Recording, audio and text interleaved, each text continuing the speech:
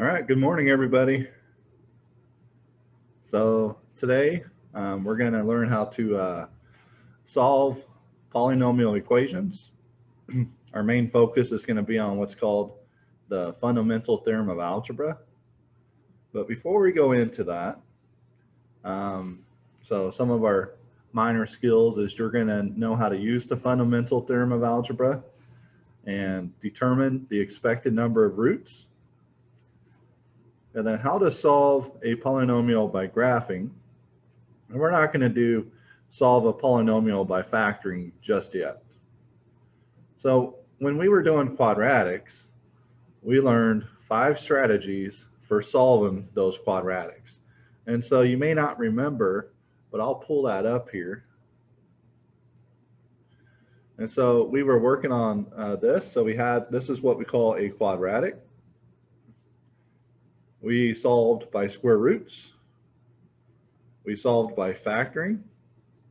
We solved by completing the square. We solved by quadratic formula. And most of you, I think, enjoyed this one the most.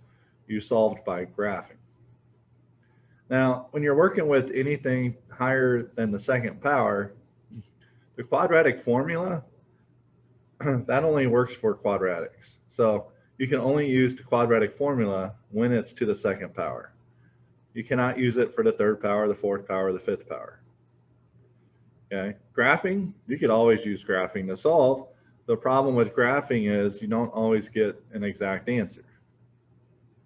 Completing the square, to my knowledge, that only works with quadratics. Solving by factoring, not everything factors, but you could factor a higher degree. And solving using square roots, now you're talking about taking the cube root, the fourth root, the fifth root. Kind of depends on exactly the way it looks. So long story short, these are the 5 methods we used for quadratics, and the ones we're going to focus in on are factoring and today graphing. So today I'm just going to go over graphing to get the solutions, and then we will eventually go to factoring, and we will not use the other 3. Quadratic formula, we'll use that when we get a polynomial down to the second power, but we're not going to use that formula until we get there. So filling in our notes here. So the 5 going off the top of my head was square roots,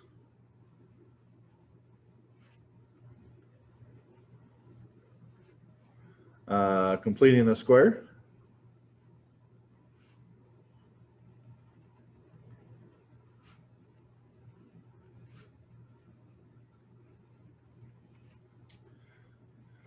quadratic formula,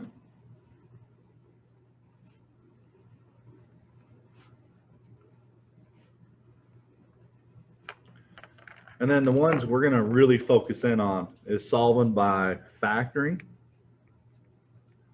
And we'll do that next class period. But the one today is solving by graphing.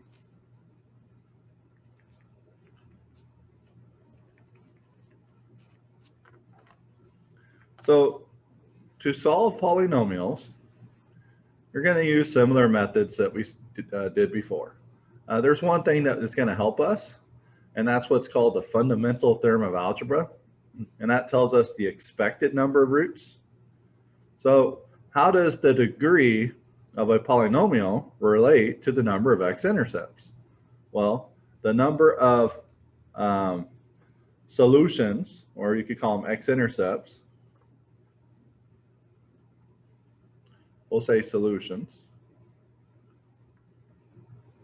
The number of solutions to any polynomial is equal to the degree of the polynomial. So this is a very important fact in algebra, and in fact it's called the fundamental theorem of algebra. I'll highlight that so we don't miss out. So if you have a polynomial to the 5th power, then you are looking for 5 solutions, 5 roots, 5 x-intercepts. Those all mean the same thing. Okay. If you have a polynomial to the 6th power, then you're looking for 6. Now there's a corollary to the fundamental. Every polynomial in one variable of degree n, in other words, if the degree is bigger than 0, like 1, 2, 3, then it has exactly n zeros. So if you have to the 2nd power, it has exactly 2 zeros. If you have to the 3rd power, it has 3 zeros. Now, the thing is, you may not see all of them on the graph because they could be real. They could also be imaginary.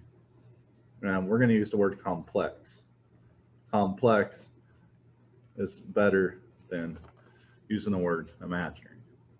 So this would mean a solution with the I. Remember, you can't see those. These are the solutions you can see.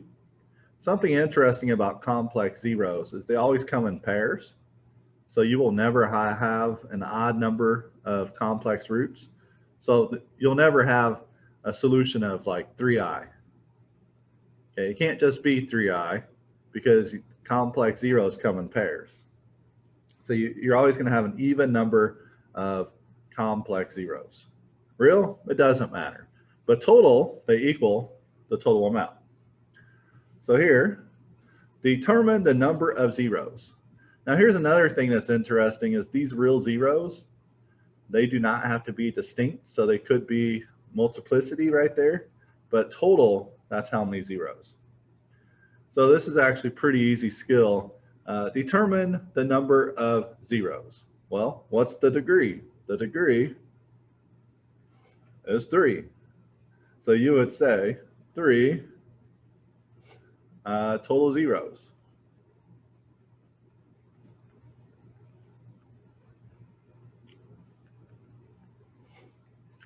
Now the options, they could all be real. So they could, all 3 solutions be real, or it's going to be 1 real, 2 complex.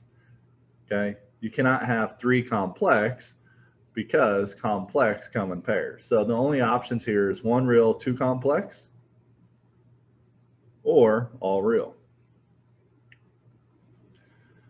Okay, now how do I know that there's 3 total zeros? By the fundamental theorem of algebra.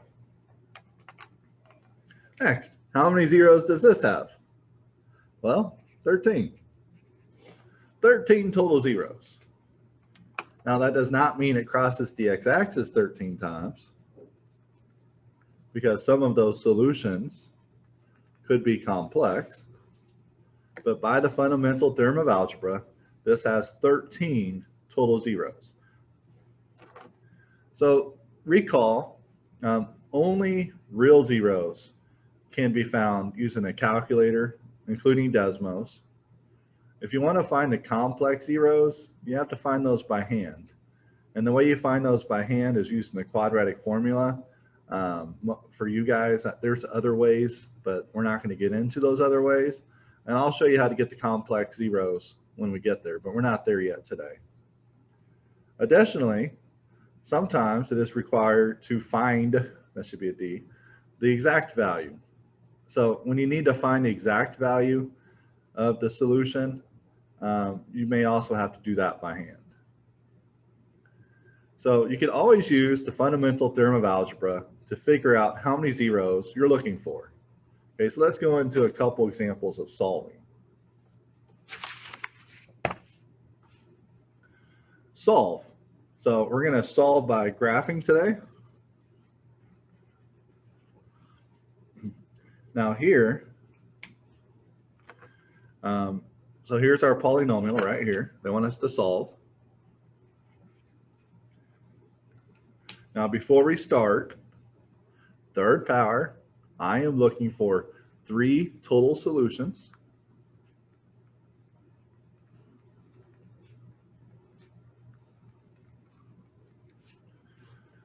Those are going to all be real, or 1 real, 2 complex. If you have one of these calculators right here, a TI-83, TI-83 plus, TI-84, these are the instructions on how to find a solution using that calculator. Most of you do not have that calculator. So I will let you go and read that yourself. But what I will do, I will show you using Desmos. So what we're going to do is we're going to type this into Desmos. Give me 1 second.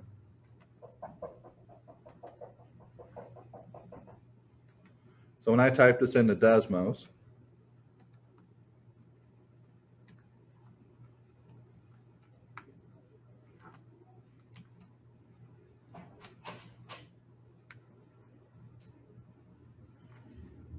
let's see what we have here.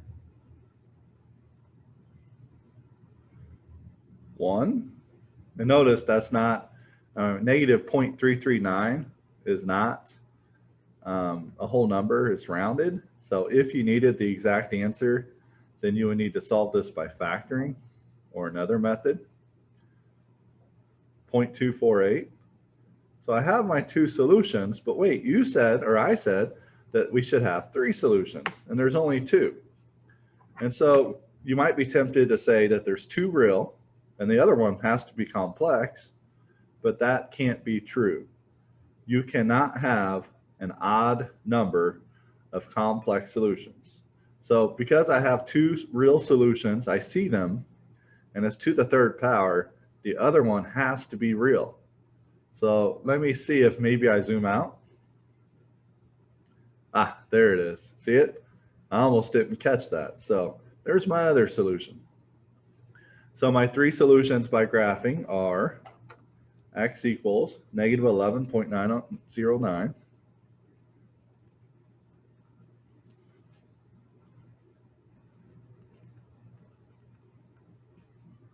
Another one, I'll zoom in for that one. Negative 0.339. And then finally, my 3rd solution. And again, these are not exact values. That's the problem with graphing. But I did find my 3 solutions. So if I were to list this out,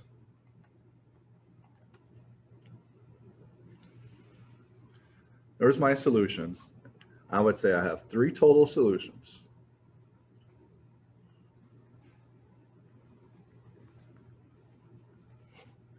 And I would say I have, of those 3, 3 are real. We found the real. 0 are complex. Notice this number plus this number equals this number.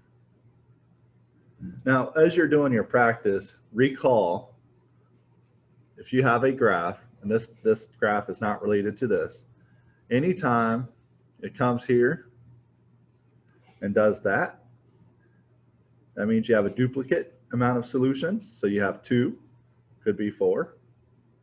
Okay, so anytime it does that, you're looking that tells you that 2 of your solutions comes from that root.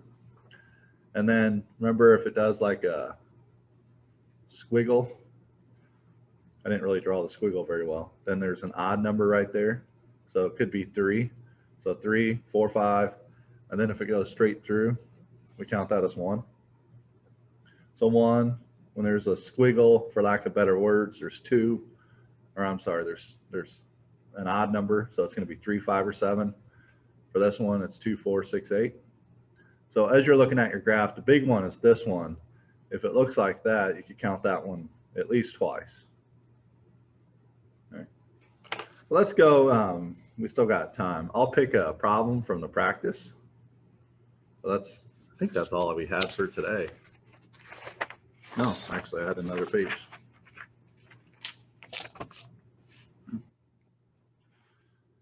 Okay, find the expected number of zeros. Well, expected, I'm expecting 3. Now be careful, it's not always written in standard form. Standard form means highest degree, next degree, next degree. So you can't always just look at the first term. Sometimes they're written out of order. So the degree is 3, that's the highest exponent. So I would say expected number of zeros.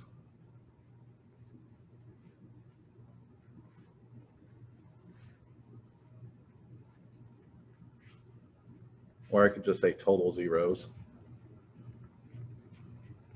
is 3. Okay, so what I'm going to do, I'm going to go type that in, see what it looks like.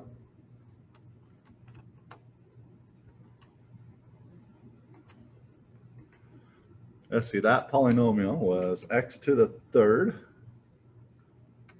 plus 12x squared plus x minus 1. So when I look at this, I go 1, 2. That's the problem we just did. Okay. I mean, we just did this problem. Let's go to the next one. They tricked me. It's the same exact problem we just did. So we'll go to the next problem.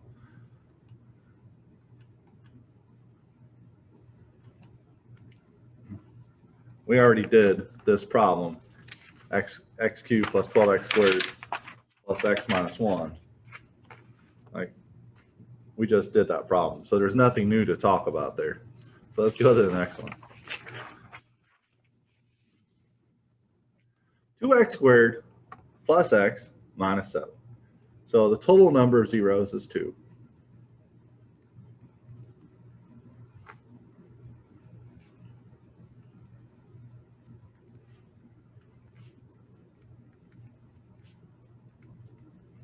Now, here's the choices. You cannot have one real, one complex, because complex come in pairs. So they're either both real or they're both complex. So let's go see. 2x squared plus x minus 7.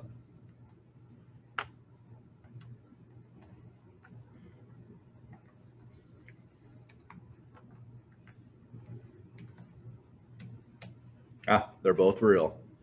And so I would say that I have 2 real solutions, 0 complex, and those are my solutions. So I'll write these down before I forget them. Negative 2.137 and 1.637.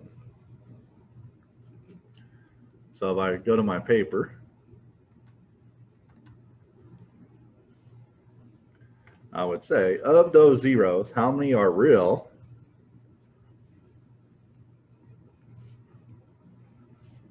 I can't spell zeros. The number of real zeros is 2. The number of complex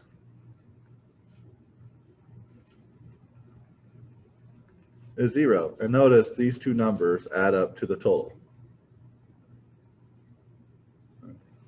Next. The expected number of roots, the total number of roots is 4.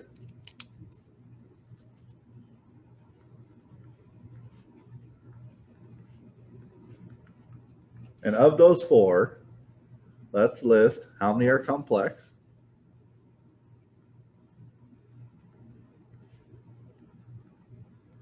and how many are real.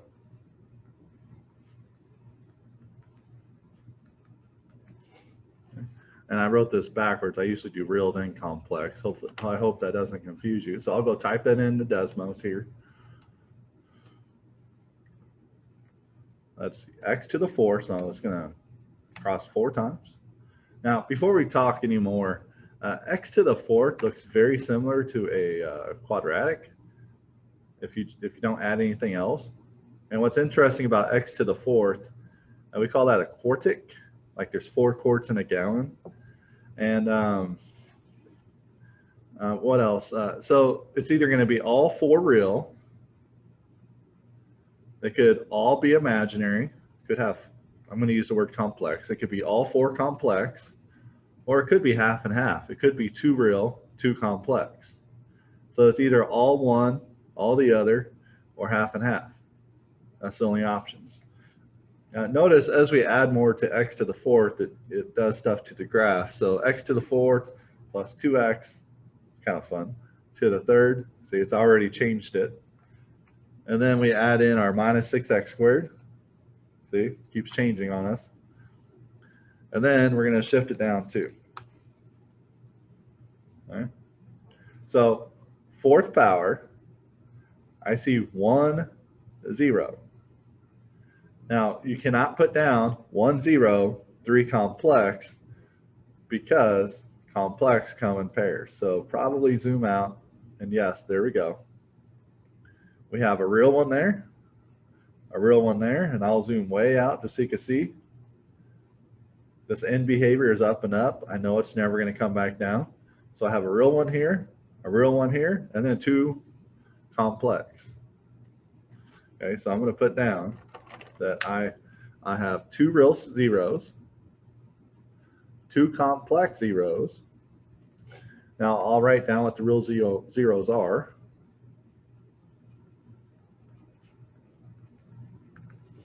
Let's see, 1.7640. And the other one was negative 3.6740. So I'll show you what I just typed.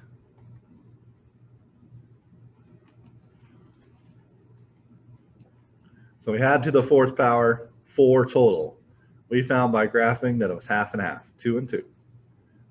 I can't list the complex zeros.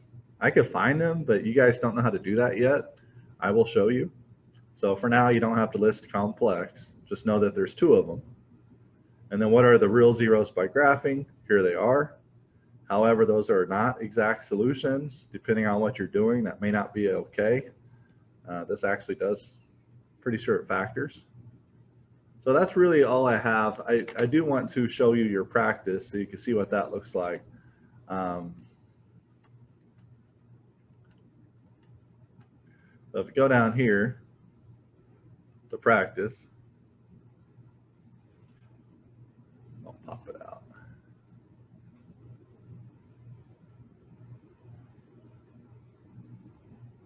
So determine the number of total zeros, real zeros, and non-real zeros. Now, non-real just means complex. So that's another way of saying complex. So like third power, so you'd say 3 total zeros, and then you could use Desmos to determine how many are real, how many are complex or non-real. If you want to list the zeros, that'd be great, but you don't have to. So notice it's kind of an easy assignment, I think. Here, determine the number of zeros. They even gave you a graph to help you out. Makes it pretty easy.